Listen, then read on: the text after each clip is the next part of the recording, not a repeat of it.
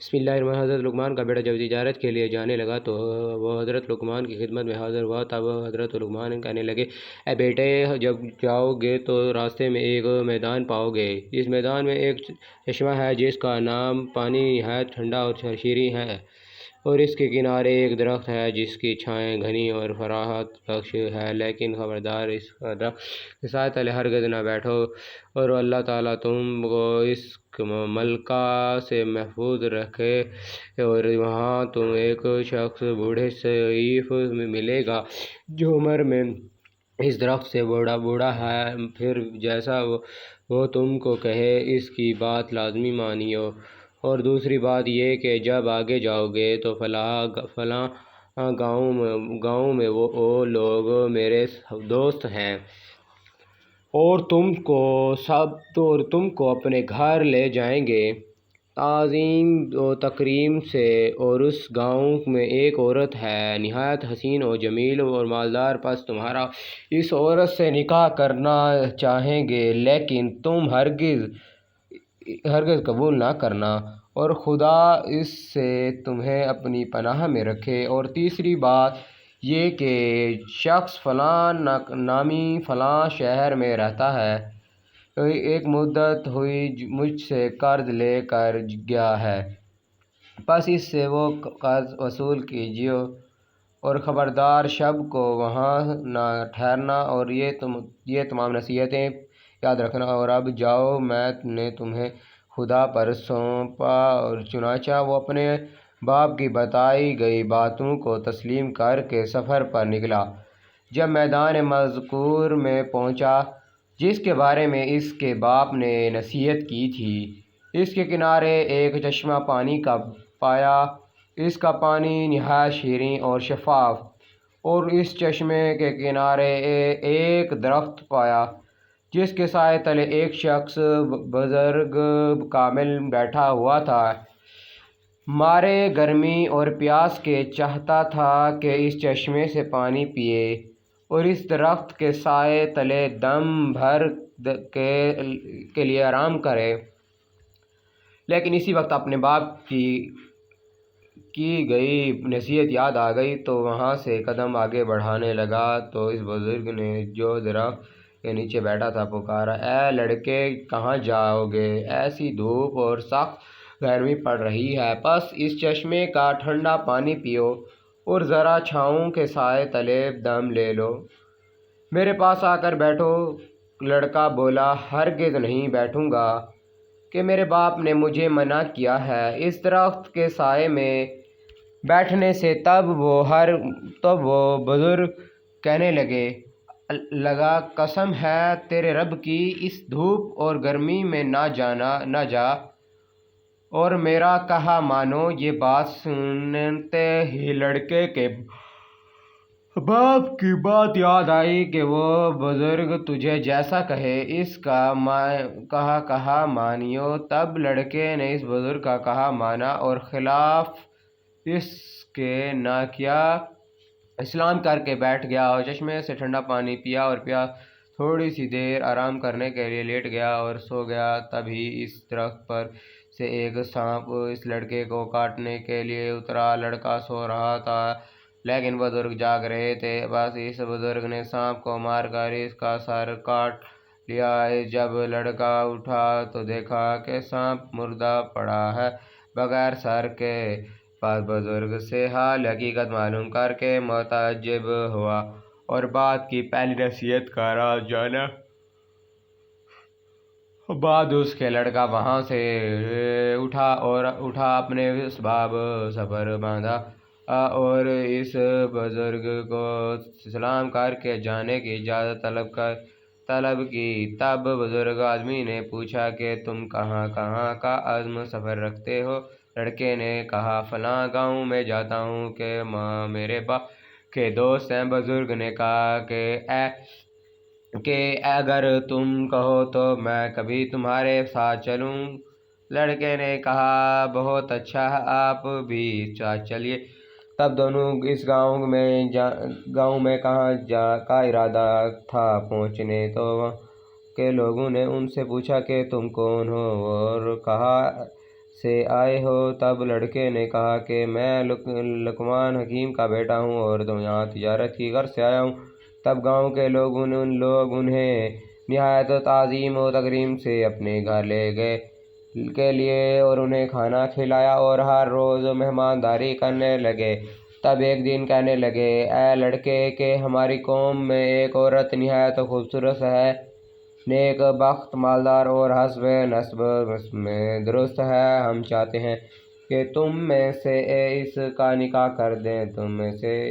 اس کا نکاح کر دیں کہ بات تمہارے واسطے اچھی ہوگی، کہ مال دولت خوبصورت لگے گی۔ تب لڑکے نے کہا، میرے باپ نے اس سے منع کیا ہے کہ سفر میں کسی امر کے پابند نہ ہونا اور ورنہ نقصان تکلیف اٹھاؤ گے۔ تب اس بزرگ نے جو ساتھ تھا کہنے لگا کہ جب یہاں کے سبھی رئیس آرزو مند ہیں اور اس کی گواہی دیتے ہیں اور یہ بھی کہ وہ حسین و مالدار ہے، تو شادی کرنے میں کوئی ذائقہ نہیں اور کوئی اندیشہ نہ کر۔ لڑکے کی نصیحت یاد آئی اور کہ وہ بزرگ جو بھی کہیں اس پر عمل کرنا۔ تب اس لڑکے نے بزرگ کے کہنے پر اس عورت سے نکاح کیا۔ تب ایک شخص اس قوم کا لڑکے کے پاس آیا اور کہنے لگا، میں حکیم لقمان کی بہت عظیم و تکریم کرتا ہوں، اس سبب سے تمہارے بھی خیر خواہ ہوں۔ تم نے ناحق اس عورت سے نکاح کیا، وہ بہت بری ہے اور قبل تم سے اپنے 9 شوہروں کو اپنی خلوت گاہ میں مار چکی ہے، بس اب تم کو مار ڈالے گی۔ اگر تم بھلا چاہتے ہو تو اپنی کسی حلیے بہانے سے یہاں سے نکل جاؤ۔ تب لڑکے اس شخص کی باتیں سن کر ڈرا اور پیچھے پچھتانے لگا۔ چنانچہ جب لڑکے صاحب نے اسے رنجیدہ دیکھا تو پوچھا کہ تم کس بات کا اندیشہ کرتے ہو؟ کیا سبب ہے جو میں تمہیں پریشان دیکھتا ہوں؟ تب لڑکے نے کہا کہ میں نے سنا ہے کہ میری بیوی جس سے بھی میں نے یہاں نکاح کیا ہے، مجھ سے پہلے 9 شوہروں کو خلوت طب شب رفاف میں نہ مار ڈالا ہے۔ ڈرتا ہوں کہ شاید مجھے بھی نہ مار ڈالے، تو شاید اسی بات کے سبب میرے باپ نے مجھے اس نکاح سے منع کیا تھا۔ تو بزرگ نے کہا، کچھ اندیشہ نہ کرو اور خاطر جمع رکھو، میں تمہیں ایک حکمت بتلا دیتا ہوں۔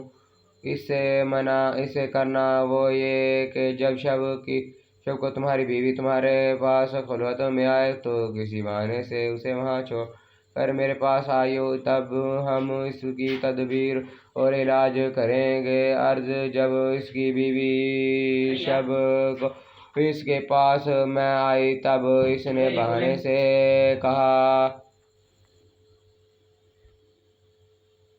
میں ذرا باہر سے ہو کر آتا ہوں۔ بیوی نے پوچھا، کہاں جاتے ہو؟ لڑکے نے کہا کہ فضائے حاجت کو جاتا ہوں، تم تب تک یہاں انتظار کرو اور اس کے علاوہ بھی ایک کام ہے، وہ آ کے بتلاتا ہوں۔ تب لڑکا وہاں سے نکلا اور سیدھا اس بزرگ کے پاس پہنچا تو اس نے ایک اشدان انگاروں سے بھرا ہوا اللہ نے کو کہا تھا۔ جب لڑکا آتش دان لے کر آیا تو بزرگ نے اس میں سانپ کا سر جو درخت کے نیچے سے کاٹ کر لایا تھا اس کے آتش دان میں رکھ دیا اور آتش دان کو لڑکے کے پاس حوالے کیا اور کہا، اسے لے جاؤ اور تم اپنی بیوی سے کہو کہ برہنہ ہو کہ اس آتش دان پر خود کو سینکوں اور بعد میں اس کو دوبارہ میرے پاس لے آنا۔ تب لڑکا وہاں سے گیا اور جیسا اس بزرگ نے کہا تھا اپنی بیوی کو کہا اور بعد اس کے سینکنے کے آتش دان واپس لے کر گیا۔ تب اس نے بزرگ کو دیکھا کہ 2 سانپ اسی انگیٹھی میں جل رہے ہیں۔ تب بزرگ نے کہا، اب جاؤ اور بے خطر اپنی بیوی سے ملو۔ کاج اس کا ڈر تھا، 100 سانپ اس انگیٹھی میں جل رہا ہے۔ پھر سب سے پہلے شوہر اس کے مارے جاتے تھے، چنانچہ حضرت لقمان کا بیٹا تمام شب اپنی بیوی کے پاس رہا۔ فجر کو باہر آیا اور اہل قریہ تمام ماجرا سن کر معتجب ہوئے اور پس لقمان کے بچ جانے سے خوشی ہوئی۔ اس کے بعد لقمان کے بیٹے نے ارادہ کیا کہ اپنے باپ کے قرض دار کے پاس جا کر قرض وصول کریں۔ تب اس نے بزرگ سے کہا، فلاں فلاں گاؤں میں ایک شخص کے پاس میرے باپ کا روپیہ ہے، سو میں چاہتا ہوں کہ جا کر اسے وصول کروں۔ تب اس بزرگ نے کہا، میں بھی تمہارے ساتھ چلوں گا۔ تب دونوں آدمی اس شخص کے پاس گئے۔ وہاں لوگوں سے اس شخص کے بارے میں پوچھا تو لوگوں نے کہا، وہ شخص تو بڑا فسادی اور دغے باز ہے، پس تم ناحق یا اپنی جان گنوانے کے واسطے آئے ہو، سو تمہارے حق میں بہتر ہے یہاں سے چلے جاؤ۔ اور وہ دغا باز آدمی کسی کا روپیہ لے کر واپس نہیں کرتا، لیکن ان دونوں نے لوگوں کی باتیں نہ مانی اور وہاں سے اس شخص کے پاس پہنچے۔ بعد سلام کے لڑکے نے کہا کہ میں حکیم لقمان کا بیٹا ہوں اور اپنے والد کا قرض وصول کرنے کو آیا ہوں۔ تب اس نے کہا، بہت اچھا، آپ ہمارے بزرگ زادے ہیں تو آج کی رات مہمان نوازی کا شرف بخشیے، صبح کو حساب کتاب کر کے جو روپیہ بنتا ہے سو واپس کر دوں گا۔ لڑکے نے، میرے باپ کا حکم نہیں کہ سب کو یہاں ٹھہرو۔ تب اس بزرگ نے کہا، اے لڑکے، کچھ پرواہ نہیں، چلو آج کی شب یہاں رک جاتے ہیں، پھر جو خدا نے ہماری قسمت میں لکھا ہو سو ہو کر رہے گا۔ چنانچہ اس بزرگ کے کہنے پر کہ اس کی کرامت سے بھی پسر لقمان آگاہ تھے اور باپ کا حکم اور نصیحت بھی تھی کہ اپنے ساتھ والے بزرگ کی بات مانیو، تب اس سبب دونوں شب کو اس کی دغا باز شخص کے مکان پر رہ کے جب کہ کھانا وغیرہ سے فارغ ہو چکے تھے تو ان دونوں کو لب دریا بنائے گئی ایک مکان پر لے گیا اور مکان اس طرح سے بنایا تھا کہ جو کوئی شب کو اس میں سو جاتا دریا کی لہر آ کر اسے ڈبو دیتی۔ ان دونوں کو مکان میں ٹھہرنے کو کہا۔ چنانچہ پسر لقمان سو گیا، بزرگ جاگتے رہے۔ جب آدھی رات کا وقت ہوا تو موجیں چڑھنے لگی، پانی کا مکان پر چڑھتا گیا۔ تب بزرگ نے لڑکے کو نیند سے بیدار کیا اور وہاں سے اٹھ کر اوپر بالے خانے پر کہ جہاں اس کا دغا باز آدمی کے بیٹے سو رہے تھے وہاں تشریف لے گئے۔ وہاں سے اس کے بیٹوں کو تخت سمیت اٹھایا اور نیچے اپنی والی جگہ پر سلا دیا، خود اوپر ان کی جگہ پر سو گئے۔ جب فجر کے وقت وہ شخص آیا اور دیکھا کہ دونوں اوپر والے طبق میں اس کے بیٹوں کی جگہ سو رہے ہیں اور اپنے بیٹے نیچے مکان میں ان کی جگہ پانی میں مردہ پڑے ہیں، تب پکار کر کہنے لگا، افسوس سدا افسوس، میں نے تمہارے واسطے یہ فریب کیا تھا بس کہ میں تم کو مار ڈالوں، یہ میں اپنے فریب میں آپ ہلاک ہوا، میرے سب مارے گئے۔ تب دونوں نے کہا کہ جو کسی کے لیے بدی کرتا ہے اور در حقیقت اپنے لیے کرتا ہے۔ اس کے بعد حضرت لقمان کے بیٹے نے اس کی دغا بازی شخص سے اپنے باپ کا روپیہ وصول کیا اور اپنی بیوی کو کہ جس سے وہاں نکاح کیا تھا کو لے کر معاں اس بزرگ اور اسباب کے اپنے وطن واپسی کا سفر کیا۔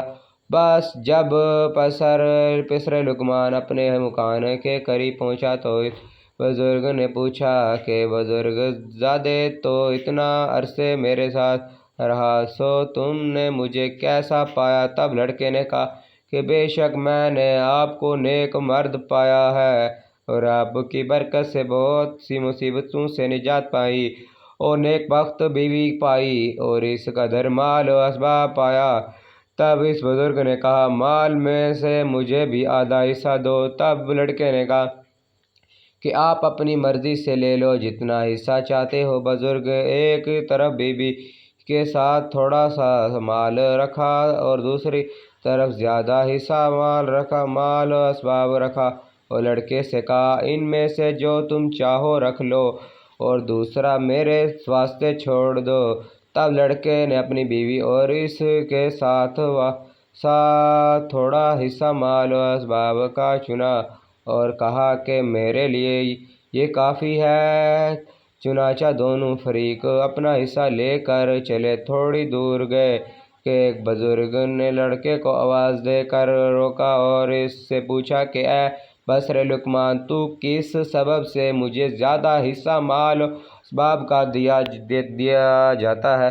کہیں اس کا سبب یہ تو نہیں کہ تو نے جو کرامتیں مجھ سے دیکھی ہیں ان کی وجہ سے مجھ سے خوفزدہ ہو کر زیادہ مال دے جاتے ہو؟ لڑکے نے کہا ایسا بالکل نہیں، بلکہ یہ تو اس سبب سے ہے کہ میں نے آپ کی برکت سے جو نفع اٹھایا وہ مصیبتوں مشکلوں سے رہائی پائے، سوائے سب کے سبب خوش ہو کر آپ کو یہ سب اپنی خوشی اور مرضی سے دیے جاتا ہوں۔ تب بزرگ نے کہا اے لڑکے، تمہاری نیکی اور اعلیٰ ظرفی اور اعلیٰ اخلاق سے میں بہت خوش ہوں، اور یہ سب مال و اسباب بھی تم ہی لیتے جاؤ، بھلا ہمارا اس دنیاوی مال و اسباب سے کیا کام؟ لڑکے نے عرض کیا کہ آپ کون ہو اور کس سبب میرے ساتھ رہے؟ بزرگ نے عرض کیا میں اللہ کا بھیجا ہوا ایک فرشتہ ہوں، اور تمہارے باپ کی دعا کے سبب اللہ نے مجھے تمہاری کفالت و نگہبانی کے واسطے مقرر کیا تھا۔ تم کو تمہارے باپ کا رویہ دلایا اور راہ بتلائی۔ ہمارا ذمہ داری لوگوں کے ساتھ بھلائی اور مہربانی کرنا ہی ہے۔ اللہ کے حکم سے پس اب تم سے رخصت ہوں اور تم بھیج اپنے گھر